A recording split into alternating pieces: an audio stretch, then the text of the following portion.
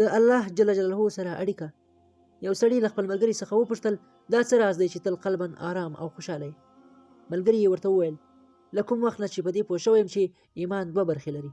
نیمه برخه یې صبر او نیمه برخه یې شکر دی. نو له هماغه ورځې نه مې د خپل ژوند ترتیب داسې جوړ کړی دی، کله چې الله جل جلاله خیر راپېښ او نعمت راکړي نو زه اودس وکړم، د الله حمد ووایم او 2 رکعاته شکرانه لمونځ ادا کړم، او کله چې کومه ستونزه زیان یا مصیبت راته پېښ شي نو بیا هم اودس وکړم، الله یاد کړم او له الله څخه د صبر، ثبات او نجات غوښتنه وکړم،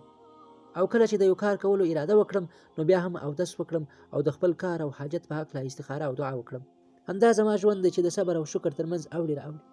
او زما د خپل رب سره اړیکه ده چې زه یې قلبا خوشحاله او آرام ساتلی یم. که نه زه هم د نورو انسانانو په څیر غمونه، دردونه، پریشانۍ او د ژوند ترخې خاطرې لرم. درنو مینوالو، کوم ویډیو خوښ شوی وي نو زموږ یوټیوب چینل سبسکرایب کړئ او ورسره خوا کې د بیل آیکن ووهئ